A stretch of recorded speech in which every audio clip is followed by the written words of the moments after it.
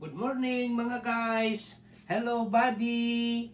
9:13 sa umaga dito sa Canada. Magluluto ako ng pinakbet na sili kung sa Ilocano. Kung sa Tagalog ay pinaksiw na sili. Ito, lalagyan natin ng konting soka. Ito, bagoong. Ito, GB, bagoong. Oh, alog-alogin mo para humalo ito. Yung ano. Kasi hindi purong bagoong yan. Yung kalahati ay, ano yung kalahati? Patis. Kaya hindi puro yan, hindi puro. Kaya pag ako'y nakabakasyon, magdadala ako ng purong bagoong dito. Ito guys, lagyan natin ng bagoong. Ayan, tansyahin lang. May tubig na ito nilagyan ng tatay ko ng suka at saka yung bagoong. Ito. Pakita mo.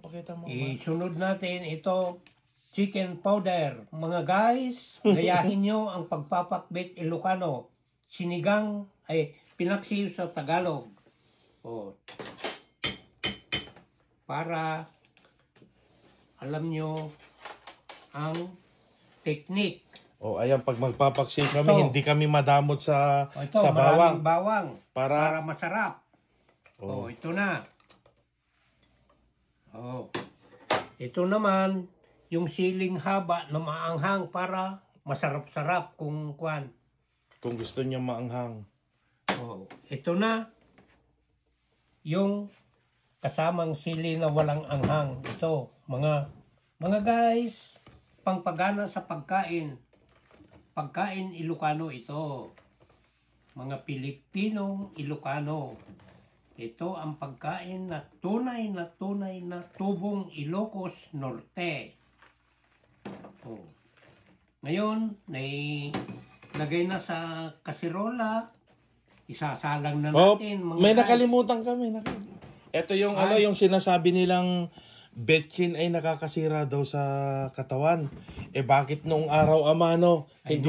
Nung araw, simulat sa pool na may betchin na sa Pinas. Naggagamit na ang nanay ko. Tama na. Okay? Isasalang na natin, guys. Yung takip. Ito na. I-open ko na ngayon yung kalan. Hello! Ganun lang ang pagluluto at pagtitimpla ng paksiw-sili. Nakahay. Tapos pagkulo, ilalagay sa medium. Okay na.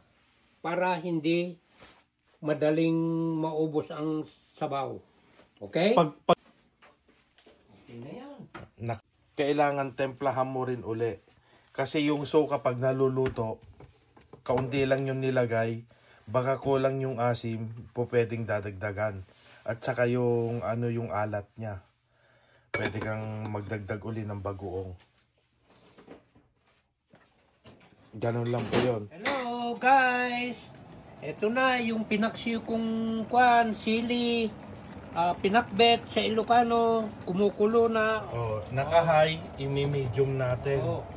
Ito na. Ngayon, titimplahin ko na kung kasi hindi ko sinagad ang timpla kanina. Wow! Sarap mga guys, sa amoy pa lang, ulam na. Yung bagoong suka, tama na? Tama na, bagoong suka, okay na. Itaktak mo, itaktak mo. Lutong-luto na yung bawang. Haluin mo na lang, baka tumapon pa. Ayan yung bawang. Sige, haluin mo, ipakita mo yung bawang. Yung bawang, ayan, di nakikita yung bawang. Yan daming bawang amoy pa lang, ulam na. Ganyan ako magpakbet. Yung niluto mong kanin, luto na ba? Luto na. Pwede Nasaan? Are. Luto na ang kanin. Pwede na tayong mag-almusal. Anong natutunan mo sa pagluluto dito sa Canada? Sa rice cooker, pressure cooker. 9:47 sa umaga namin dito sa Canada, mga guys. Halina kayo. Tayo ay mag-almusal. Bye. See you again. Love you. Kasi namin tipo mayaman.